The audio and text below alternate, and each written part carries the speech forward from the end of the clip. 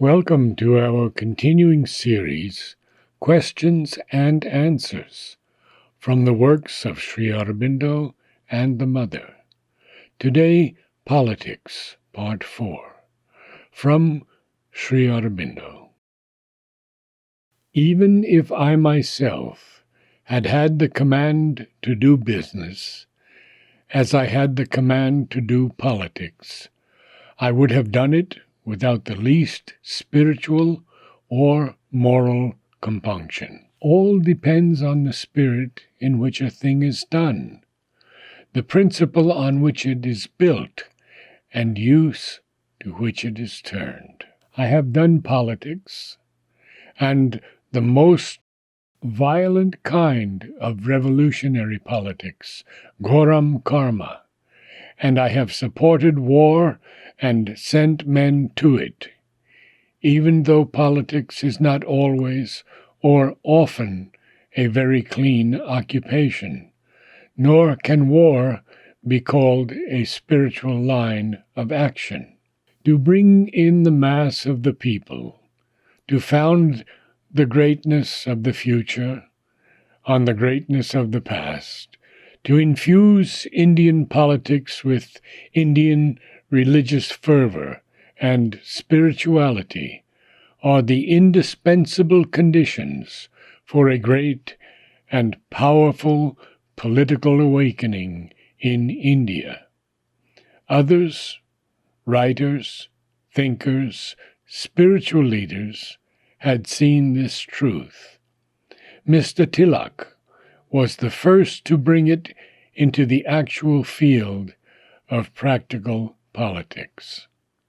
The part Sri Aurobindo took publicly in Indian politics was of brief duration, for he turned aside from it in 1910 and withdrew to Pondicherry.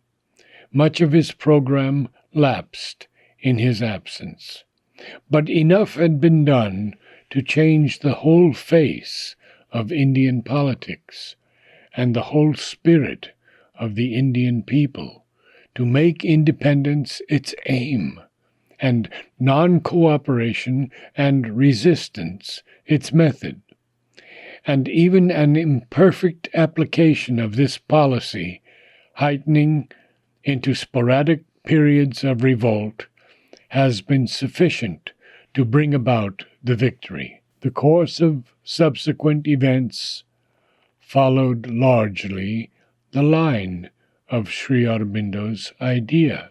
The Congress was finally captured by the Nationalist Party, declared independence its aim, organized itself for action, took almost the whole nation, minus a majority of the Mohammedans and a minority of the depressed classes, into acceptance of its leadership, and eventually formed the first national, though not as yet an independent, government in India, and secured from British acceptance of independence for India.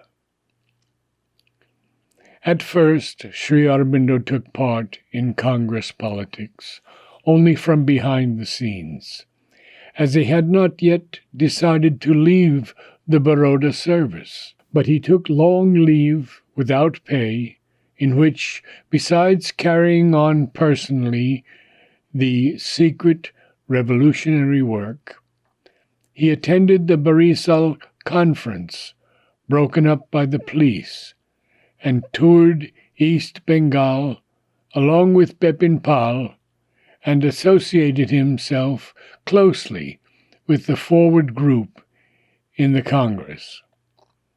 It was during this period that he joined Bipin Pal in the editing of the Bande Mataram, founded the new political party in Bengal, and attended the Congress session at Calcutta, at which the extremists, though still a minority, succeeded under the leadership of Tilak in imposing part of their political program on the Congress. The founding of the Bengal National College gave him the opportunity he needed and enabled him to resign his position in the Baroda service and join the college as its principal.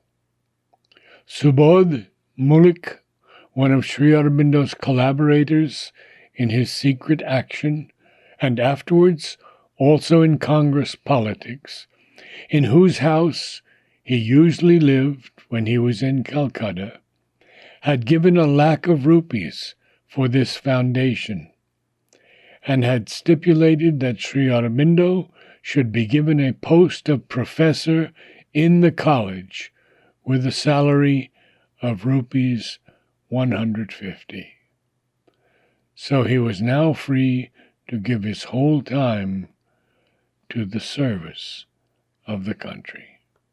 Sri Aurobindo never brought any rancor into his politics. He never had any hatred for England or the English people. He based his claim for freedom for India on the inherent right to freedom, not on any charge of misgovernment or oppression. If he attacked persons, even violently, it was for their views or political action, not from any other motive. I may also say that I did not leave politics because I felt I could do nothing more there. Such an idea was very far from me. I came away because I did not want anything to interfere with my yoga, and because I got a very distinct adesha in the matter.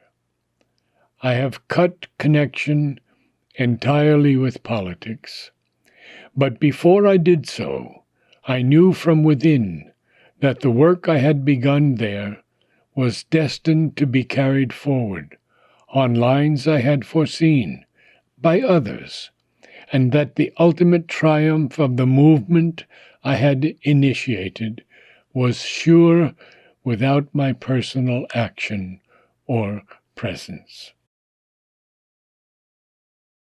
There was not the least motive of despair or sense of futility behind my withdrawal. For the rest, I have never known any will of mine for any major event in the conduct of the world affairs to fail in the end, although it may take a long time for the world forces to fulfill it. As for the possibility of failure in my spiritual work, I shall deal with that another time. Difficulties there are, but I see no cause for pessimism or for the certification of failure. October 1932.